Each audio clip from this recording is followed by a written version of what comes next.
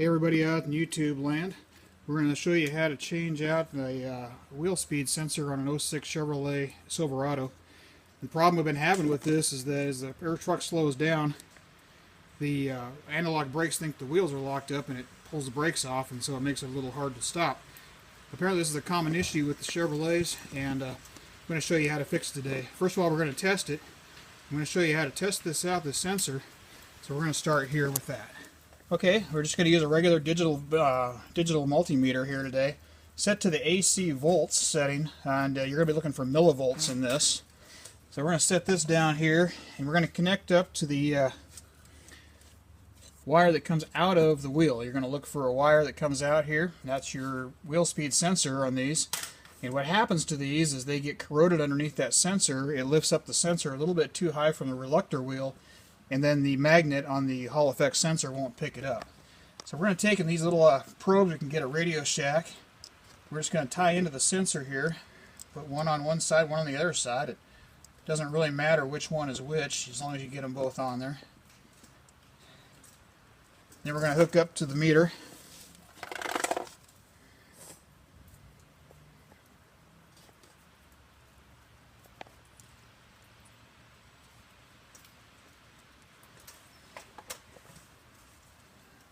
Now that we're hooked up here, make sure those don't touch each other. We're going to spin the wheel, and you're going to see, we should see around 350 millivolts in here. And as you can see on the meter, we have nothing. So what's happening is that Hall effect sensor is not able to pick up the reluctor wheel inside the ABS mechanism. So our goal is to fix this so that the computer can sense that the wheel is actually turning. So here we go. Okay, so we're going to start off today. In order to get at the wheel speed sensor, we got to take off the brake calipers, and you got to get the rotor off because the wheel speed sensor sits underneath that rotor. And when I did this first time, this was all rusted on here, so it's a good idea to take some PB Blaster and spray in here. Let it work for a while, and then the rotor should come off much easier. So we're going to start off by taking the brake caliper off. And there's just these two bolts there. Yeah, what are they here? 21mm bolts. The whole caliper will come right off, and you just set it out of the way.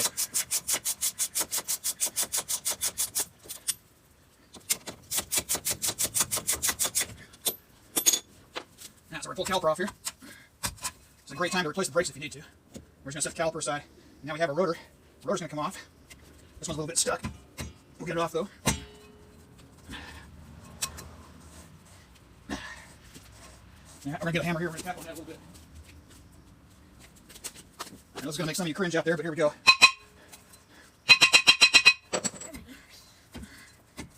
I live in the Midwest, so I have to deal with rust, and that's why it can be somewhat tricky to get off. And there we have it. Now,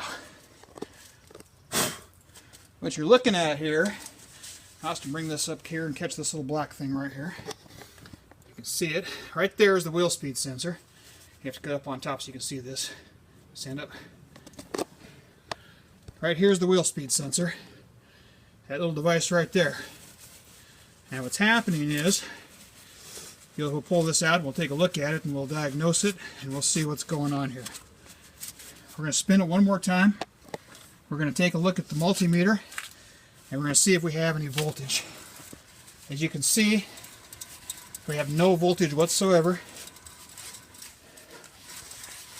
coming out of that sensor at all. So we either have a bad sensor, or it's not picking up off the reluctor wheel. Pause. Alright, so we're going to take this out. This is a number 5 metric, a 5mm metric Allen wrench to get this out.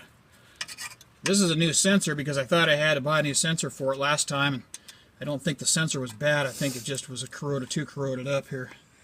So we're going to pull this little bolt out. You got to be very careful when you pull this thing out because it's made of plastic. It fits kind of tight, and there's a very good chance that you can break it off. So you got to pull it out a little gently. It's got a little O-ring on it. So be aware of that. As it comes out, come out kind of sideways with it, and that's what it looks like right there.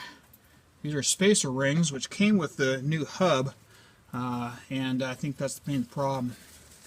So this is, clean all the grease off it. This is your Hall effect sensor. This is a little magnet in here, and it runs across. If you look down in the hole, I don't know if Austin's my videographer today.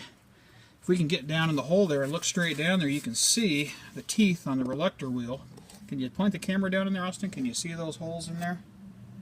Can you see in there? You can kind of see the teeth. Yeah, you can see the teeth down in there. We're going to run them a little bit. Right down there, that's what that Hall effect sensor picks up. If it's too far off of that, it simply will not pick those pulses up, and therefore the computer thinks that the wheel is stopped. And of course, with anti-lock brakes, if it thinks the wheel is stopped, it's going to let the brakes go so that it can, what can I say here? Well, let the wheel go there. You know how anti-lock brakes work. So what we're going to do here, you can see there's a lot of corrosion around here. This is what happens with these Chevys, especially if you live in the Midwest. Any salt environment, you have a bunch of corrosion that sits around this hole, begins to lift this sensor out of the hole, and then you have no signal there, and then you start getting your ABS light. Or you have the same problem I did. I didn't have an ABS light, but what I did have was the brakes would just quit working at slow speeds, which I think we can all agree is not a good thing. So we're going to clean this hole up a little bit. We're going to start by packing this with some, just with a paper towel, just something to block the hole up here. Something to block the hole up here so that we can not get dirt down into the hub. You don't want dirt down in your wheel hub there. And we're going to take some sandpaper or a wire brush, and we're going to clean all this corrosion and rust off of here, and then we're going to reassemble it. Okay, so we got the hole plugged, so we don't get any dirt down there. It's just regular sandpaper, just a wet, dry sandpaper. You can use a wire brush if you want. I have a wire wheel over there on a drill, but I can't get it over this, so it doesn't work, so I get to do it by hand. So you just come in here, start sanding that rust off. Get that corrosion out of there. That's where it's supposed to be, so that that sensor will sit flat.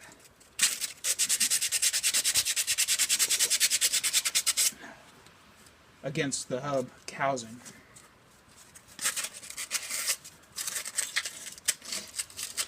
So I'm going to cut the video off here for right now, and we'll be back with you when we begin to reassemble. Okay, so we're back again. I've got it all sanded off for the most part here. Also, you can move in here a little bit. You can take a look in here. You can see it's mostly down to just the bare metal. I'm going to pull my plug out of here so that it's cleared out there. You can see that was all rusty, and it is for the most part clean now, and that is where the problem becomes, is getting that rust out of there. So once that rust is out of there, now we're going to put this back in. Now when you put this sensor back in the hole, you got the little O-ring around here. Now when you're dealing with O-rings, you got to put a little grease on it because you don't want that O-ring to rip as you put it back in the hole. So a little bit of dielectric grease, just go around the O-ring with it, and go around the O-ring, and then we're going to put it around the silver part of the hole here. And this is a corrosion control dielectric grease. You can just pick up at O'Reilly's or somewhere. See, that's what it is right there. Prevents corrosion. Great stuff. Use it on all your plugs. Stuff like that keeps it all nice and clean and connected properly. I'd say 90% of the problems that happen with these cars now, the electric cars and all your sensors, is just literally due to the fact of corrosion on the sensor itself. So if you have a problem, usually it can be solved by searching out the sensors to the system and making sure they're working properly. Now we're going to stick this back in the hole here. Again, be very careful because you can break that plastic tip off, and that's what you don't want. Now, it's back in the hole here, and I took the spacers out. These are the spacers that came with it, and they were underneath it. So I took them out. What you need to listen for is that it doesn't hit, that tip of the Hall effect sensor does not hit the reluctor wheel in there. So we kind of turn it a bit here, and we listen, and it is definitely not hitting the reluctor wheel, so we're fine in there. Now it's just a case of reassembling. Put the screw back in it, and I lost my wrench. I swear I spent half of my life looking for tools when I'm doing a project. I try to stay out of light here because it makes it a little easier to see. We just tighten this down. I don't honestly know what the torque is on this. I know it's not much, so don't get crazy with torquing that down. Now we're going to take a look at our multimeter again. It's still hooked up, and we're going to see if we have any. See if we have any voltage now being produced out of this wheel. And let's take a look here. Can you see the meter in there, Austin? Is it okay? Yep, it's all good. Okay, so we're going to spin the wheel now. And you can see that we have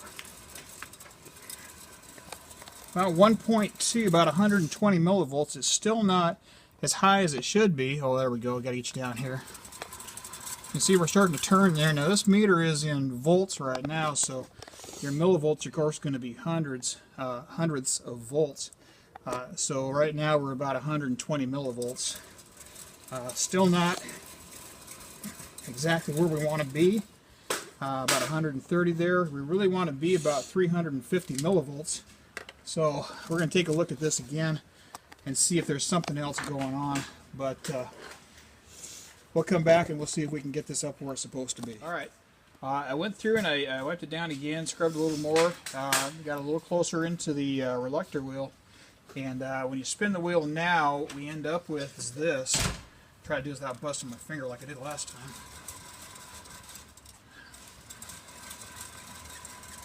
And I was getting close to 200 millivolts out of it.